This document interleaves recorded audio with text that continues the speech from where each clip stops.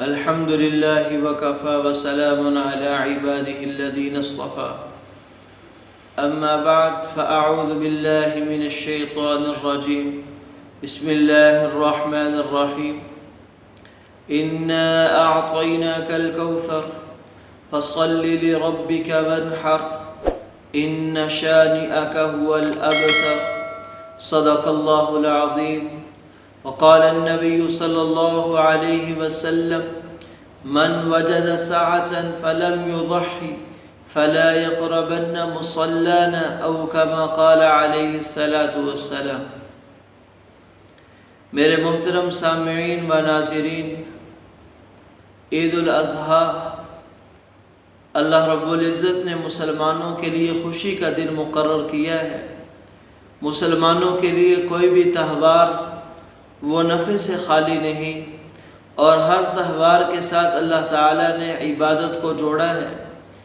عید الفطر کا دن خوشی کا دن رکھا، اس سے پہلے رمضان جیسی عظیم عبادت کو جوڑا ہے.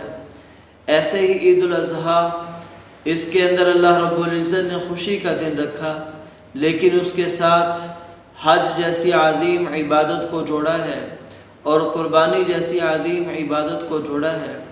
گویا مسلمانوں کی خوشی بھی اللہ کے حکموں کو پورا کرنے کے بعد ہے.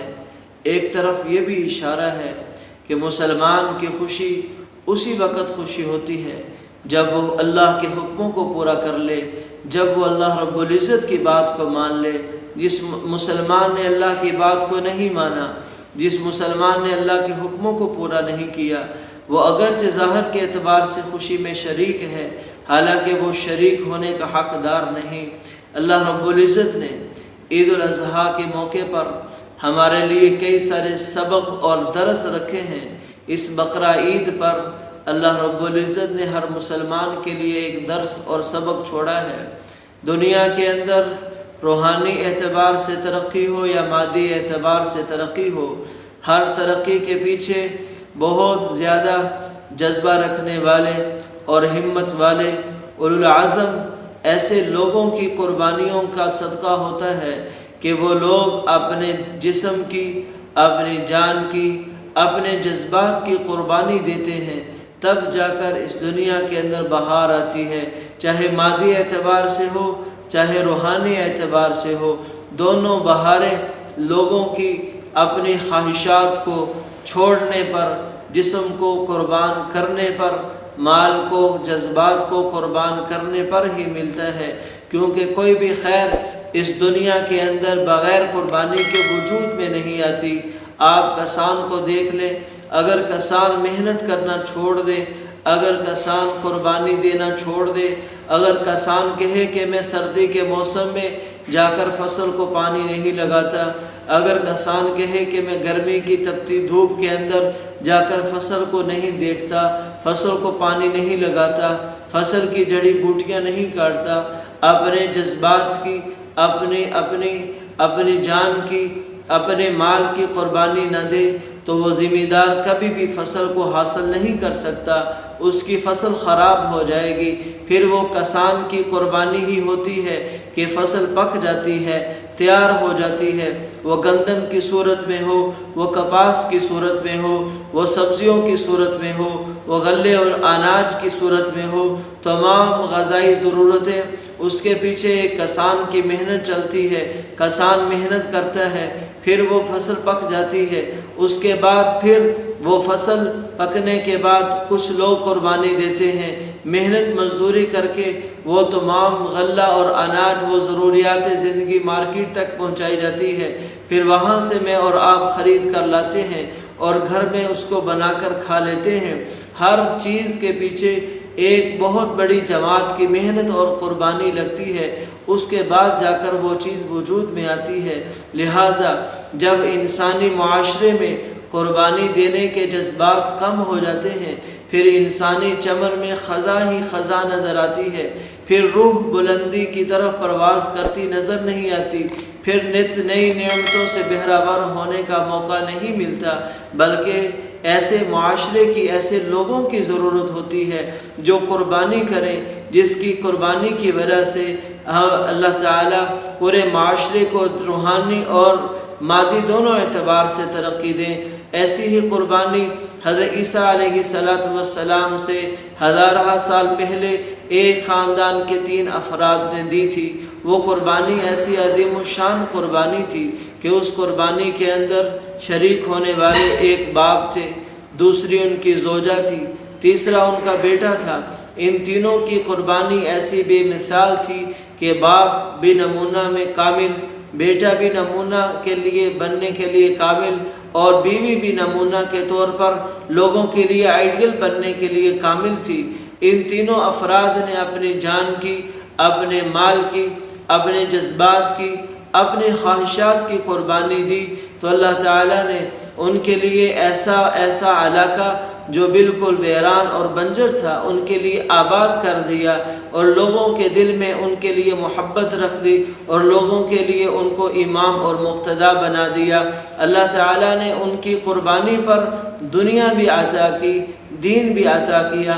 ایسا علاقہ جہاں پر انسانوں کا نام و نشان نہیں تھا، ایسی جگہ جہاں پر ویرانہ ہی ویرانہ تھا، ہلاکتوں کے اسباب سے بھرا ہوا تھا، اور کامیابی اور نعمتوں سے بالکل خالی تھا۔ اس علاقے میں جب قربانی کی گئی تو اللہ تعالیٰ نے مادی اسباب کے طور پر مادی نعمتوں سے بھی اس علاقے کو بھرپور کر دیا اور روحانیت کا مرکز بنا دیا۔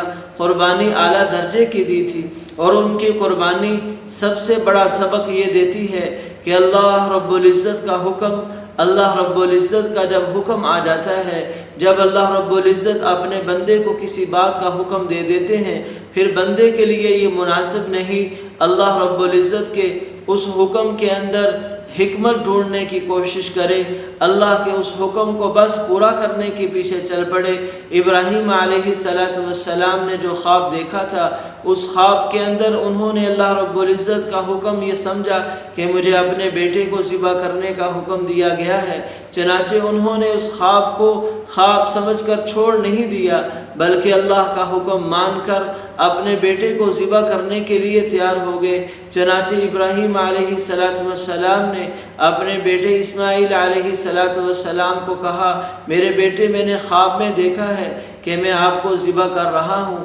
آگے سے بیٹا بھی ویسا ہی عظیم بیٹا تھا، شیر کا بیٹا ہمیشہ شیر ہوا کرتا ہے، اس لیے بیٹے نے یہ نہیں کہا ابا آپ نے خواب دیکھا ہے، مجھے اس خواب کی وجہ سے کیوں ذبح کرتے ہیں، بلکہ کہا افعل ما تؤمر، ابا جان جس بات کا آپ کو حکم دیا گیا ہے فوراً کر گزرو، میں آپ ستجدنی انشاءاللہ من الصابرین، اے میرے ابا آپ مجھے اللہ کے حکم پر صبر کرنے والا پائیں گے۔ ایسے ہی اماں حاجرہ رضی اللہ تعالی عنہا جب ان کے خامد ابراہیم علیہ السلام اپنی اس بیوی کو اور معصوم بچے کو بیابان میں چھوڑ کر جا رہے تھے، اس وقت اماں حاجرہ نے پوچھا تھا کہ ہمیں کس کے حکم پر چھوڑ کر جا رہے ہو؟ ابراہیم علیہ السلام نے آسمان کی طرف اشارہ کر کے کہا تھا اوپر والے کا حکم آیا ہے۔ اماں حاجرہ فرمانے لگی کہ اب ہمیں ضائع ہونے کا کوئی ڈر اور خطرہ نہیں۔ تو یہ تینوں خاندان کے افراد، ان تینوں نے یہ بات کی قربانی دی کہ ہماری ذات، ہماری جان، ہمارا مال، ہمارے جذبات کچھ جذبات نہیں، بس اللہ کا حکم ماننا ہے۔ ایک تو اس اعتبار سے ہمارے لیے اس قربانی میں سبق ہے کہ جب ہمارے سامنے اللہ کا حکم آ جائے، جب ہمارے سامنے اللہ رب العزت کی کوئی بات آ جائے جس کو اللہ کرنے کا حکم دے دے، تو ہمارے لیے ضروری ہے کہ ہم اس کام کو کرنے لگ جائیں۔ جس بات سے اللہ رب العزت روک دے، ہمارے لیے ضروری ہے کہ ہم اس بات سے رک جائیں، اپنے آپ کو باز کر لیں۔ ایسے ہی اس قربانی کے اندر ایک بہت بڑا سبق اور درس یہ تھا، جیسے چھری چلی اسماعیل علیہ السلام کی گردن پر، ان کی جگہ ان کے لیے اللہ تعالیٰ نے جنت سے مینڈا بھیج دیا، جانور بھیج دیا جس کو قربان کر دیا گیا۔ ہم سے جیسے جانوروں کے گلے پر چھری چلانا مقصود ہے، مطلوب ہے، اس سے بڑھ کر یہ ضروری ہے کہ ہم اپنی ناجائز خواہشات پر چھری چلائیں، ہم اپنے جھوٹ بولنے کی عادت پر چھری چلائیں، ہم اپنے ناجائز مال کمانے پر چھری چلائیں، ہم اپنے اپنے معاملات بد اخلاقیوں پر چھری چلائیں، ہم اپنی نفرتوں پر چھری چلائیں، ہم اپنے برے رویوں پر چھری چلائیں، ہم اپنے حسد اور بغض اور کینے اور اندر کی باطنی بیماریوں پر چھری چلائیں۔ جیسے ہم ظاہری جانور کو ذبح کرتے ہیں، ایسے ہی ہم اپنے اندر کے حیوان کو، اندر کی بیماریوں کو روحانی تلوار کے ساتھ ذبح کرتے چلے جائیں۔ اللہ رب العزت یہی چاہتے ہیں کہ میرا بندہ جیسے جانور کو قربان کر رہا ہے، ایسے ہی اپنی خواہشات جذبات کو میرے نام پر قربان کر دے۔ جو اللہ کا حکم آ جائے فوراً اس کو تسلیم کر لے۔